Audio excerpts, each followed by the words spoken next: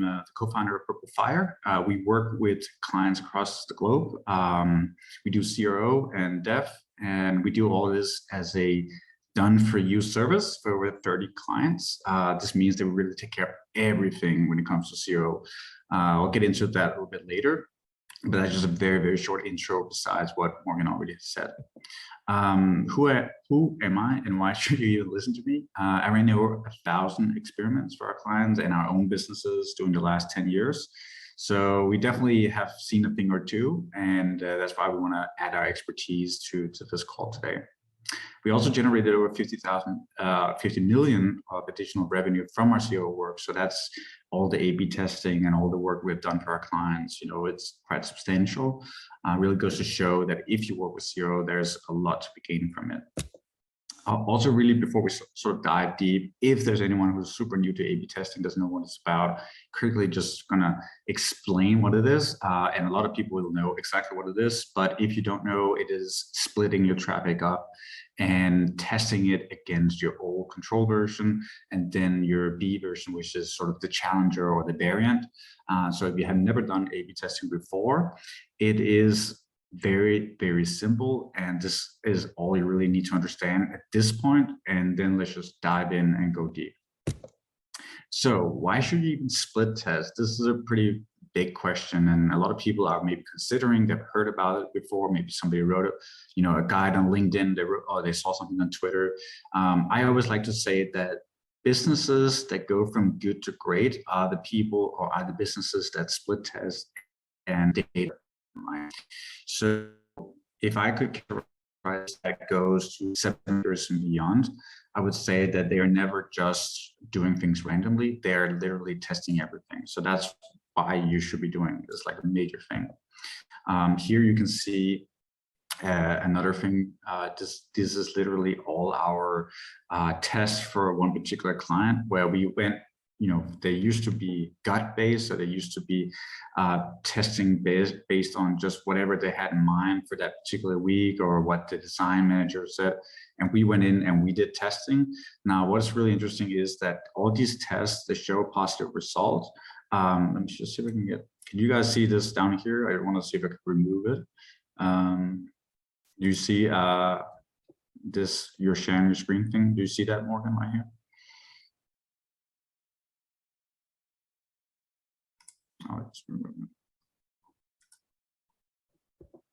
Anyway, I'll get back to it.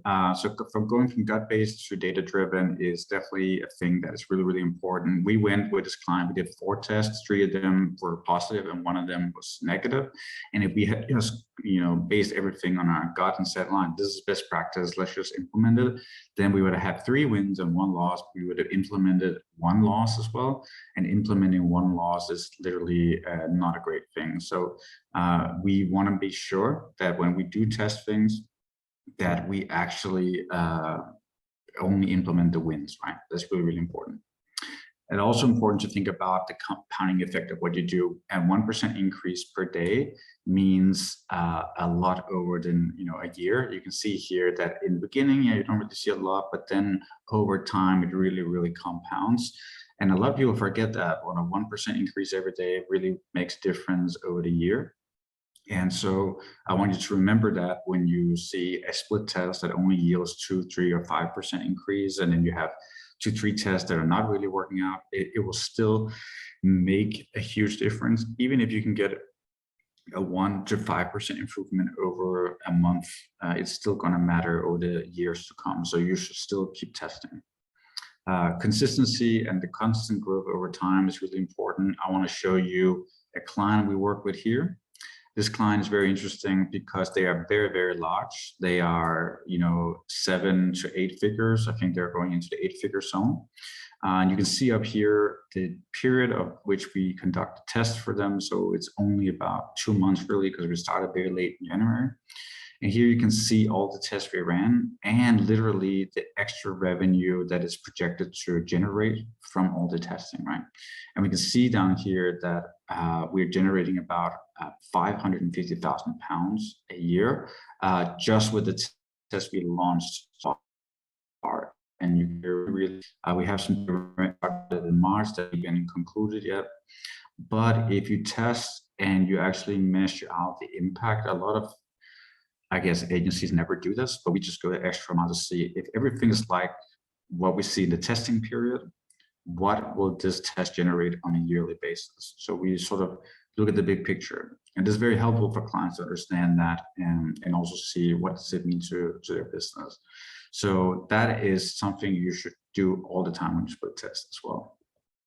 So let's keep going. Here are just some more case studies and some more clients we work with, just to kind of show you. I'm not doing this to show up. This is literally just to see what's possible. You can see additional revenue generated per year, 600K, 2 million, 140K, 300K.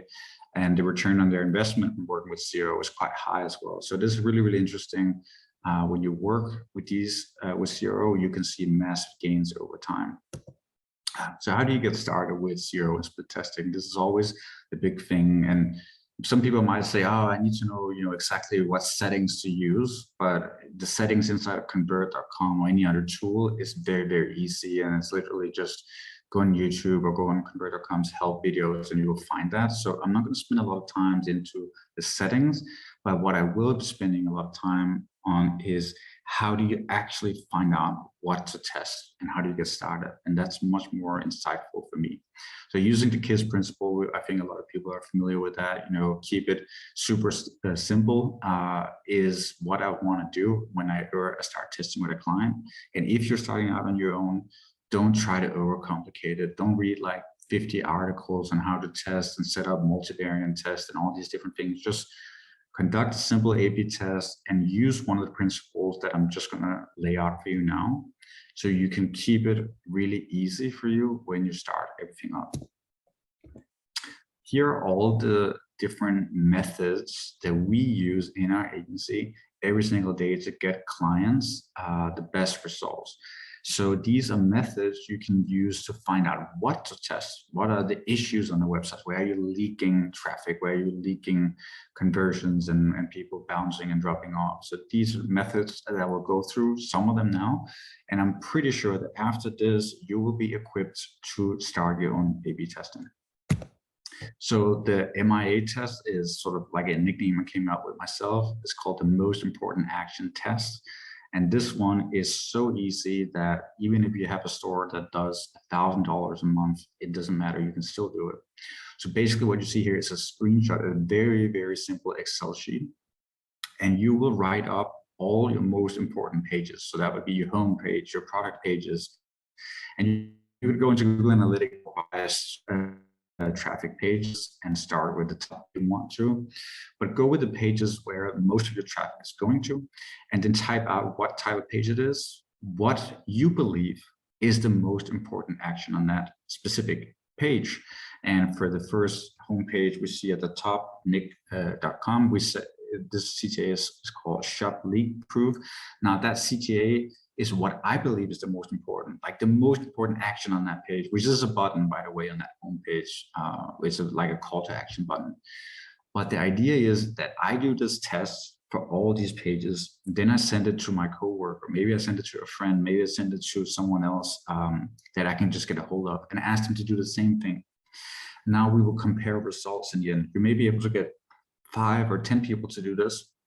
And if you can see that on some pages, like the home page, one of the product pages, maybe the checkout page, that there are different results, like people are saying something else, you're not all sort of saying that the same CTA button is the most important action. Like some people says, oh, I think it's like the add to cart button down here. And I think it's the shop leak proof button that goes to a category page. If there are different answers, then it is because the customer 100% is also not sure what they should do. And on every single page, you always want to have the most important action, like the number one thing a customer should do in that page. And if people are in doubt, it just means that it's not clear. It's not clear enough to the customer what they should do. We need to simplify, we need to pull back. And this is a very helpful exercise. It's very sort of low tech, anyone can do it. And you can see here also add a screenshot, so I will show exactly what button I believe is the most important, because when I say something and you get 10 different people to answer, maybe they all have different way of saying things. So always ask them to screenshot what and like point to what they believe is the most important action, and then obviously the name. So that's number one. It's super easy. The next one is called the ICE method, and a lot of people in CRO is already familiar with that. It stands for impact, confidence, and ease.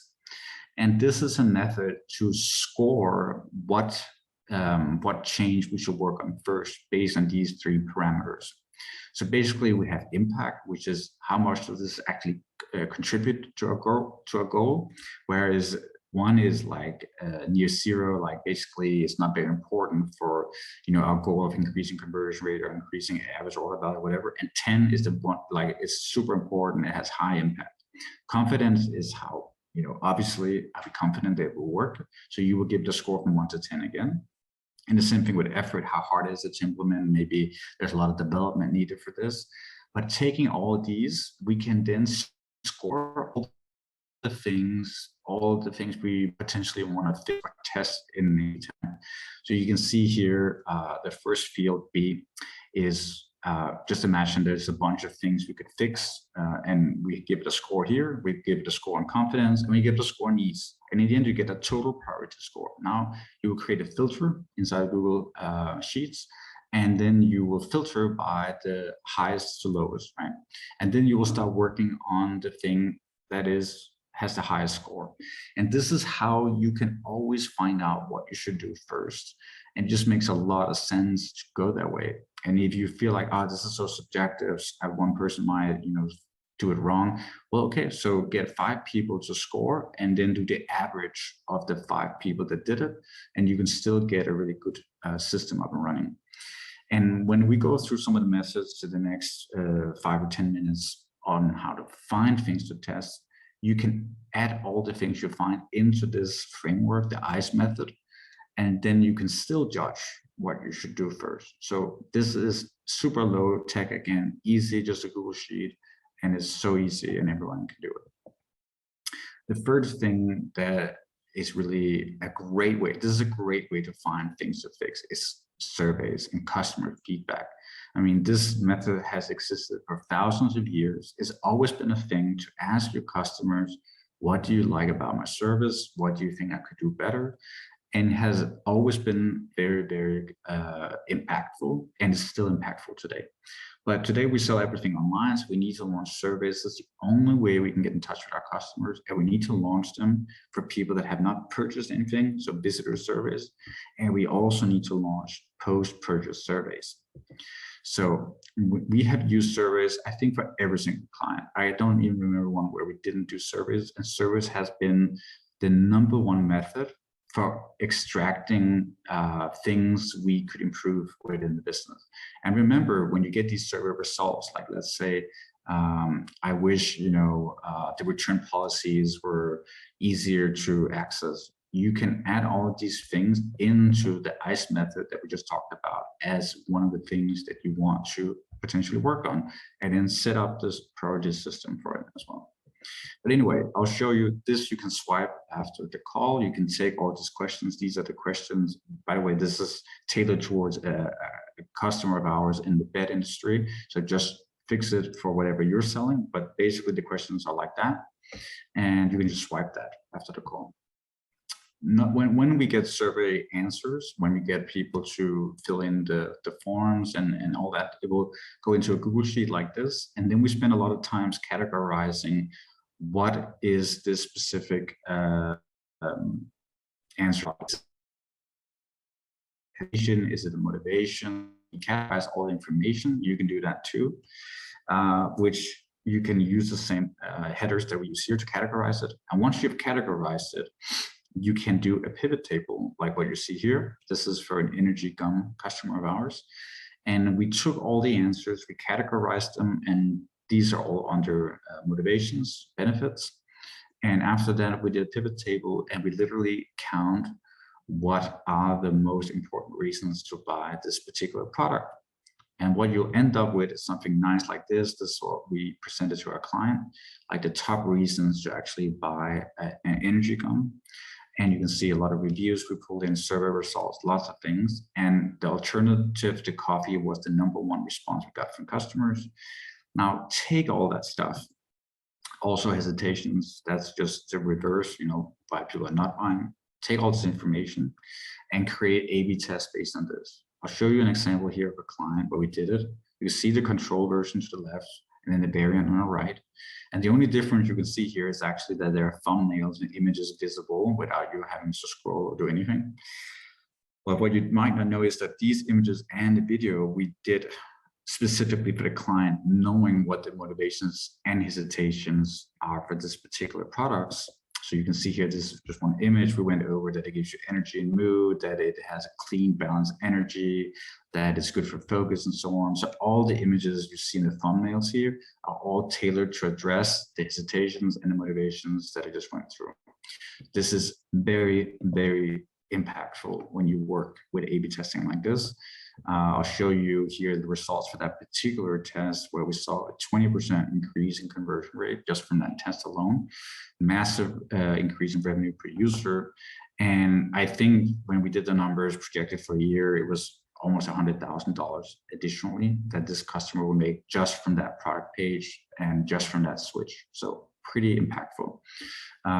But surveys are important. There's no way around it. And you need to get started with surveys if you haven't done that yet.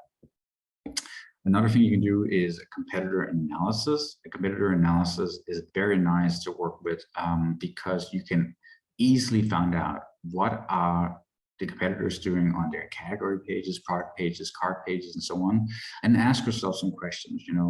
What are their main click-through rate buttons? Say, like, what do they use to get people from the home page to the category page, from category pages to product pages, and so on. See what colors they use and see sort of like the messaging they're using. That's so important. You can get so much from them. And if 5 of your top competitors are all doing similar things and you're doing something different, there's a high likelihood that you are not doing what they have found work. So that is a nice way to get some interesting findings on what could be improved. So that's pretty easy. Another thing which we do all the time is look into Google Analytics. This is pretty obvious, but people tend to make it very, very complicated. And I have just, you can go super in depth, but I just have the easiest things to do. Go into Google Analytics and sort pages by highest traffic, sort pages by highest revenue, and check those pages for their speed, how fast do they load, and check for bounce rate on those pages. And you can set up certain settings inside of Google Analytics. You can see if some of them performs worse than the average. So there's an easy way to do that. But I would say that looking at your highest traffic, highest revenue pages is the way to start when looking at GA, and then fixing speed and bounce rate. This is really big. You also want to make sure that GA is set up correctly in terms of tracking and everything is tagged up correctly. Right now, a lot of businesses are moving to GA4 because of Google's idea that we are supposed to move over there. And that requires some migration, and it's important that you invest in setting it up correctly, because if you're tracking and if your events stop working and stuff doesn't work on an optimal way, then you will really be working in blind. So make sure you work with an agency or a freelance or whoever it is to make sure that migration goes smoothly. We have done that for a lot of clients, and it's a little bit complicated. So it's important you do it right. Another thing I really want you to look at is segment your audiences in GA. Look at device type, look at browser type. There's so many times we've seen that mobile underperforms hugely. And the reason why they're having a conversion rate that is quite low is because mobile just doesn't work for them. So definitely mobile versus desktop. Even look at devices, look at browsers, Safari, Chrome, all the other ones out there, and see if there is something standing out where the conversion rate is lower than everything else. And then you might want to optimize the experience on that specific type of device or browser. The last thing I want to say about web analytics is you need to make sure you have set up your GA so it tracks all the searches on your site. So, when people search for, I don't know, wooden toys or whatever, it actually shows up inside of GA as a result. And if that's not set up, then you're really missing out on a lot of interesting findings that you can also optimize based on. Heatmaps, this one is obvious, but a lot of people don't really use it. We use Hotjar and Mouseflow for most of our clients. They're pretty inexpensive, and I would advise to use either one of them. Clarity, again, is a free alternative. You can use that. But the thing I like about Hotjar and Mouseflow is that it also survey model, which we just talked about. So you can launch surveys directly from Hotjar and Mouseflow.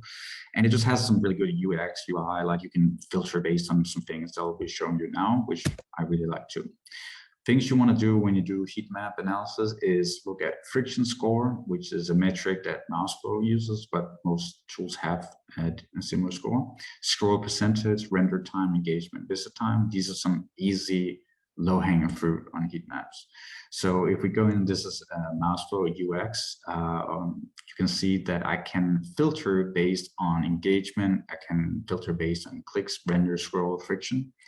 The friction score is pretty interesting from Mouseflow. They basically did an algorithm that understands how high the friction is on a page, and friction is measured based on sort of rage clicks and many other things, people scrolling up and down too much, and all these kind of things. And the higher the friction score, the worse the UX UI is on that page. And we found it to be very accurate. So we often sort on friction and we optimize based on that score.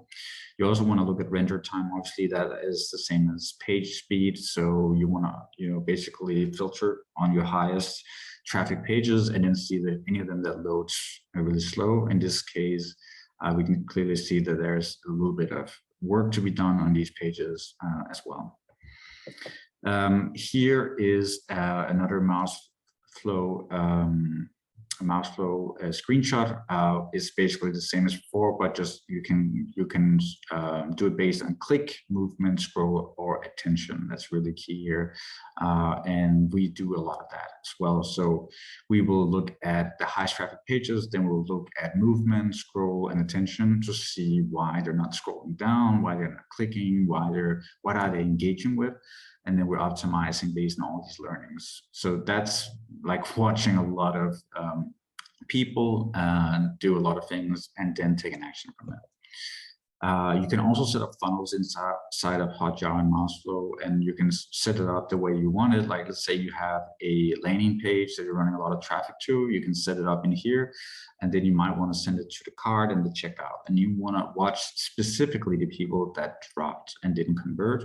So that's really important.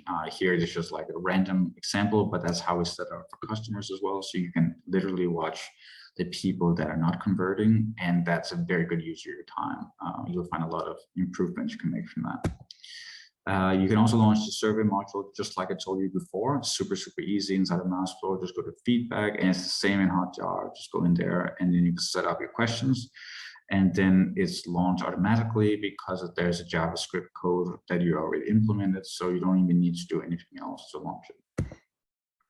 So beyond what we talked about now, I also want to talk about ads, because a lot of people run ads as their primary source of traffic.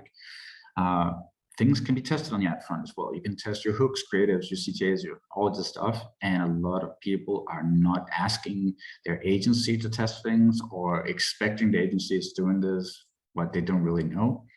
And if you want to get the best results possible, you need to be split testing on the ad level as well. I love to do that as well. And for some clients, we handle both PPC and their CO. So if you, for example, want to test hooks, which is sort of the angle, like the thing that makes people stop scrolling and actually click on your ads, I really like to do this. And by the way, when we do this for a client, we see 20 to 30% drop in CPA. So if you do that as well, maybe you'll see similar results. I think it's really key if you want to get to the top grade level, then you need to be testing this as well. But something we do for hooks is that we take the number of 3-second video views, which is a metric you can easily get on Facebook, and we divide that by impressions. Then you get a number, and anything above 0.5 we found is worthwhile. It's really a good hook. It means that people stop scrolling and they're really excited to see whatever it is you're offering. So try to use this metric to test different hooks. And if your agency that's running ads is not doing it, ask them to be doing that and report the results to you on a monthly basis. You can also do this on email in Klaviyo, which is sort of like the #1 emails testing tool. You can set up split tests natively with inside of their dashboard, super easy. So that's another thing you should be doing. Whenever people abandon cart, you obviously want to send them emails, ask them to check out, and you can set up tests in there on, copy, title, images, anything you really want to test. And that's just such a low-hanging fruit to be testing email as well as Facebook as well. So make sure you get that up and running too. Now I just want to show you quickly 2 tests we ran and why we ran them. So here is how we sort of present this data to our clients. We always come up with a problem, like why we actually have identified this, what is the issue, the psychological principle, and the primary goals of the test. This particular test, we use GA, Google Analytics, to find out that people that do search for products on this site, they are more than twice as likely to convert. So that's super interesting. So we were like, okay, how can we get more people to search for what they want to find? We realized that the search rate was super, super low on the site in general as well. So here you can see the before where they just had sort of a spyglass up in the corner. This is standard Shopify, like everyone does that. And you can see on the right side that we actually added a sticky search bar. And this is really relevant because the client has like over 1,000 SKUs. So you can easily find the query you're looking for, the product you're looking for, and not only that, it's really see, but this changes dynamically. It will say search for stockings, and it will go to 5 or 10 other categories that are really popular. So people see it and they want to engage with it because they can see it changes text like every 2-3 seconds. So that was GA, and this is how we are resolving it. And the results were really amazing. We saw a 25% uplift in the people that started using search on the website, and a 26% uptick on people that search and buy something directly after. So it was really cool. And what does that actually mean to the client? Well, it meant that you can see the control version here and the variant that we did. It means that they are generating about £1,000 extra per day. So that's a nice 351,000 a year.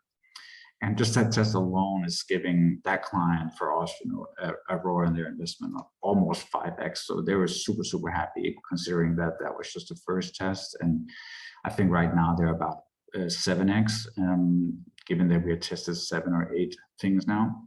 But my point is just that it's very, very powerful to use something like Google Analytics to look into the data and then actually make a test based on that data. Because if we had done this randomly, it might not have worked, but we just knew that the data supported our decision. Right? So that's why we did it. Here is another test we just did for a new client we took in, where we are exposing the categories on mobile, because we realized that if you look at mobile on the left, it's very difficult to quickly find what you're looking for. If you land on a homepage, a lot of people that land on a homepage are actually repeat customers that know what they want. So we can make it more easy and accessible for them to find what they're looking for. It will really be great. But also there's a lot of people that generally in some way or another just go to the homepage at one point in their journey. And here we have categories, and you can scroll to the left and right, and you can see different categories they're selling. And right now we're seeing some pretty good results. This is actually from convert.com. You can see how we set it up in there. It's super simple, page URL match, all visitors, and then you can see the original and the variant. And you can see that the goals for this particular test is PLP visits, so product page visits and transactions. And we hooked up integrations with GA and Hotjar. So really interesting that it's not just always about like revenue. It's not always just about, the standard metrics. Here, PLP is very important for this particular test. And then we're using transactions to make sure it makes sense for the whole funnel as well. So we have 2 supporting goals. And right now we're seeing some great results. This is also from convert.com. You can see PLP visits up by almost 54%, 53%. Very, very nice, with 100% confidence score. This means that we can be sure that it is a PLP, and we're seeing about an 8 to 9% improvement. Where the confidence score is not there yet, but we just launched this a couple of days ago, so it will probably conclude within a week. And this is a huge boost because this client is literally at 17 or 20 million a year or something like that. And so an 8 to 9% boost on a homepage is very, very substantial. That's huge. And really, really big improvement. Danielle, I have a question from Alan on LinkedIn. His question is, do you ever use a form or a checkout field level metrics to optimize rather than just page level funnels? Yeah, 100%. It really differs. It depends on the client. You know, we might have clients that run ads to, let's say, ClickFunnels or some other, like it might not be a website as such, like a standard Shopify. It might be something totally different.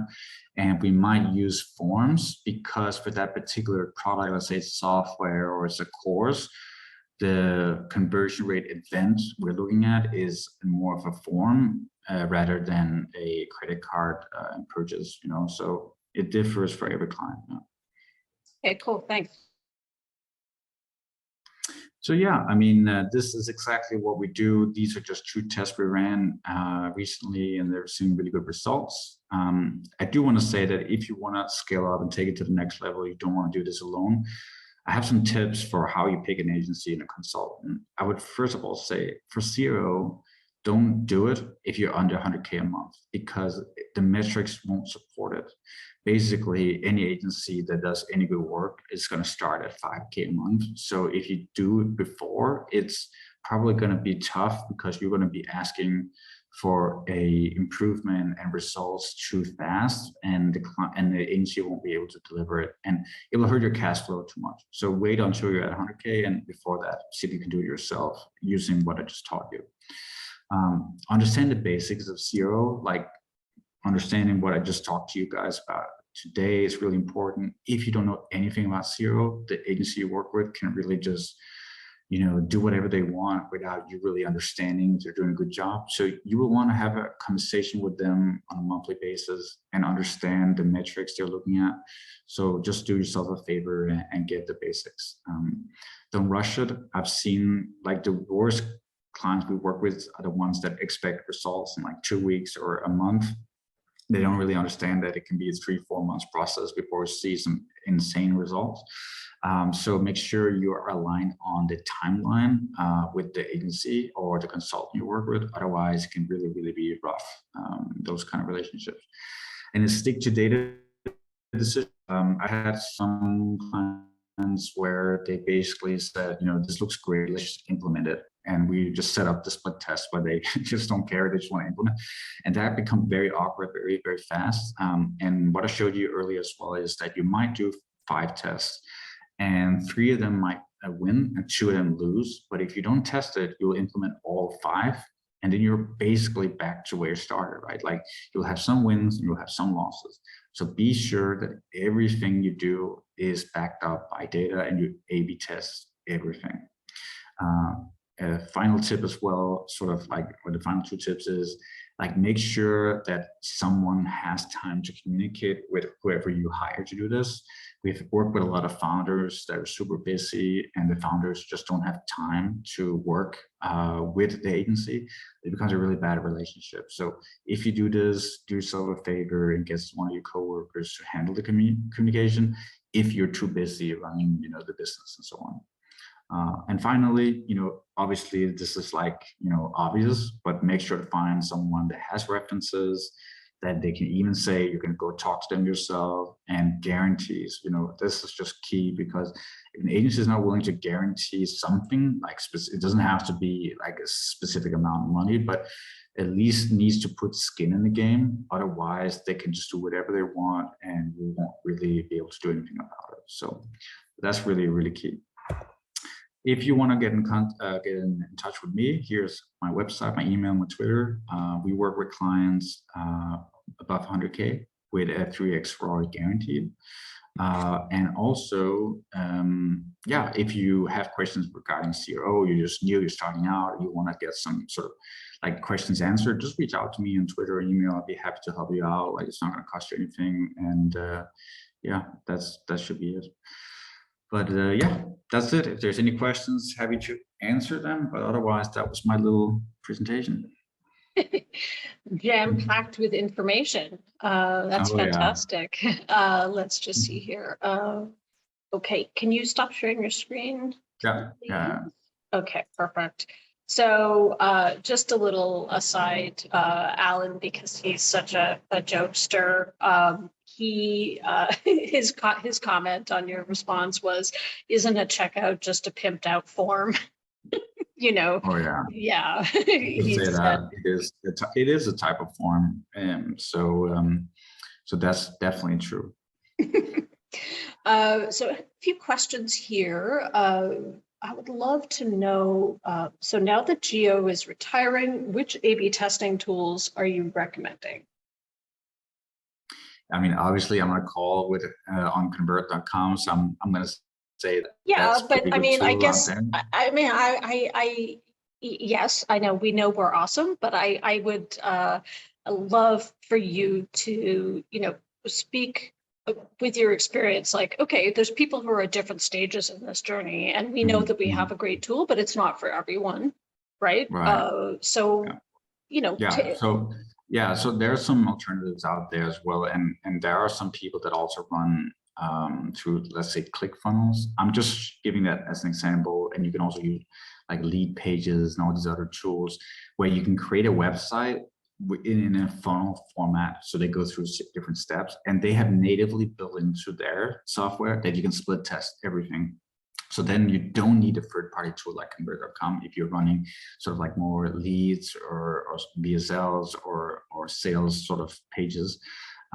There are also some tools on Shopify, like apps you can use. So if you go into the App Store on Shopify, you can find some of these, I'll call it basic A/B testing tools that can be a good thing before you're ready for convert.com. But the price difference is not super huge after convert.com lowered the bar to enter. It used to be much, much bigger. So you can get started if your traffic is not too high with convert.com. But I mean, we tried all the ones. Obviously, we've been trying Google and Google Optimize as well, which was a free tool. That would sort of be the tool I would recommend if you don't have a big budget. But it's also going to be disbanded very soon. And then you got some other competitors, Optimizely and BW and so on. But these are more costly, some of them. We used all of them, and yeah, I mean, I'm not getting paid to say this, but we really prefer convert.com just because it's simple, and we want simple things that are easy to use. Yeah, it's and we also have fantastic support too. So it's I'm a little biased, but Yeah, just a little. I've seen the recommendations by people who are far more knowledgeable and experienced Mm. than I am in this space. So I think I can stand behind that. All righty. So the next question is, how can D2C brands convince investors of the value of A/B testing? Super good question. Yeah. We actually work with some brands that are owned by private equity or venture funds and so on, and they're very strict about the reporting. So we have several clients where we do that for all clients now because it became the new standard. So we create Google Sheets and Google presentations where you can literally see every single test we ran and the revenue it generated and the projected revenue over 6-12 months if it stays the same. And we've had a lot of success with that because they want to see the numbers, they want to return investment. So my answer is like all the raw data out, use Google Analytics to amplify it. So you can literally see the revenue increase from all the tests you ran, even if there are some losses, totally fine. But just so you can see and progress and see what you're getting back from it. Yeah. Yeah, that's great. That's great advice. Yeah, I think Mhm. that showing the raw numbers is important, especially in that context, because the goal is to make lots of money, Yeah. right? It's a Um, big controversy in the SEO industry that there's no easy metric to calculate your return on investment. And I think it's important when you report the numbers of the limitations you have in the data you report. So it's projected revenue based on the testing period. And if you scale traffic, you're going to see even better results. mhm. If your traffic sources take a hit and suddenly you're sending crap traffic to your sites, then that projection is not going to hold up. But it's Mm. the best effort we have had to sort of give real data back to clients, and clients have been super happy with it after that. I wonder what role does educating your client play in all of this? Because it seems like just because they are a certain size doesn't mean that they have the maturity in the in testing, right? I mean, Yeah, 100%. And we get all types of clients. We get, one-man armies, and we get companies with 100 employees. And it can be difficult when you start working with someone that doesn't even understand that things should be tested, and they think that it's just about, us digging in and finding out what to fix and then implementing it. So then the conversation is about the value of being data-driven versus gut based. And we will go very far to explain that to the customer, and even show all the tests that we ran for other clients that didn't win, and say, would you like us to implement that for you? And most of the time they'll say, no, I definitely don't want that. And so that's a good way to convince the client to basically say, okay, let's test everything. an educated client is your best client, I guess. Yeah. I mean, but it's also our responsibility to help clients out and help them on this journey. So we'll try to do whatever we can to help them learn more as they work with us. Yeah. A partnership of sorts. Oh yeah, that's for sure. Let's see here. So question for you. Who should the responsibility of the CRO program sit with, especially in teams that are just starting out with A/B testing? Yeah, that's a good question. Depends on the size of the business. I would say most of the time it doesn't work well in the founder, the CEO. That person is extremely busy. Is it busy, or do you So think there's a bit of ego involved in that too? there's also ego involved, because the website is often their baby, basically, and they're like, you're coming here and you're pulling it apart, and you're telling us that we don't even know the real motivations and hesitations for our clients, and we're showing them based on data. So it's hard to not offend them a little bit, but we try to be very neutral and just present the facts.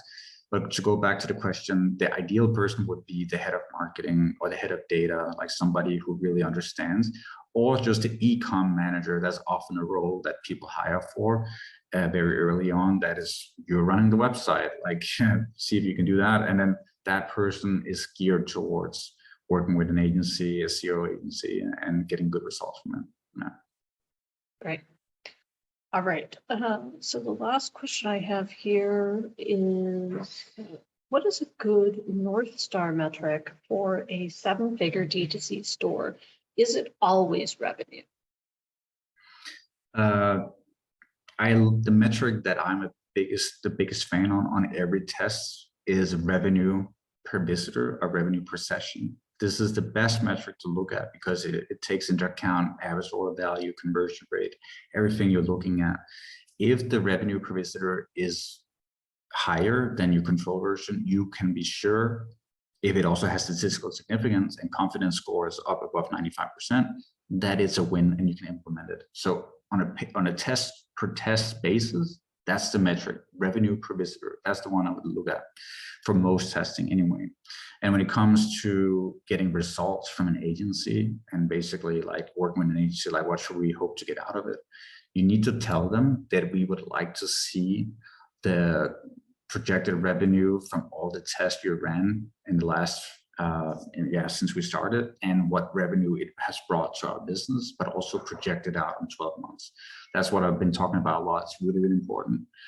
And I would say that if you are a 7-figure business, our data tells us that if we work with a client for 6 to 12 months, we are getting 5 times their money back. And that means additional revenue. So if they pay us, 10,000, they will make 50,000. And that's what you should expect if you work with any CRO agency, at least 5 times your money back if you work with them for 6 to 12 months. Because the compounding effect of working with a 7-figure brand is so vast that if they cannot perform A/B tests on a regular basis that actually improve the business, they are not doing anything right. So that's my base number that you should be hitting if you work with a 7-figure D2C. Wow. Great. I think that's a great place to leave it. Great things to aspire to. If you're D2C, get to the point where you can grow, you're growing so you can hire Purple Fire, and you can, and on your route to doing that, use some of the tips that you've outlined here today. So Daniel, is there anything that you wanted to leave the audience with as a parting thought? Well, I just want to say, like, don't overcomplicate A/B testing. Make it super simple. Whatever you find through the different sources I told you, use the ICE method to indicate what makes the most sense for your business, and just start from the top. Like, go through your list. It's simple as that, and it's easy to set up A/B testing within Convert and other tools. So there's really no excuse. Okay, fantastic. Well, with that, we will say goodbye today. And if you're watching on replay, please stay tuned for our next event, which is coming up at the end of March. If you're watching live, it was lovely to have you, and we will see you in a few weeks to talk about another topic that is near and dear to our small band of intrepid testers. Thank you so much, Daniel, for being here today, and I hope everyone has a wonderful rest of the week. The replay will be in your inbox within a few days, so keep an eye out for that. We'll see you soon, and there's no dog to send us out, so we'll just have to say goodbye. Bye-bye. Bye-bye. All righty.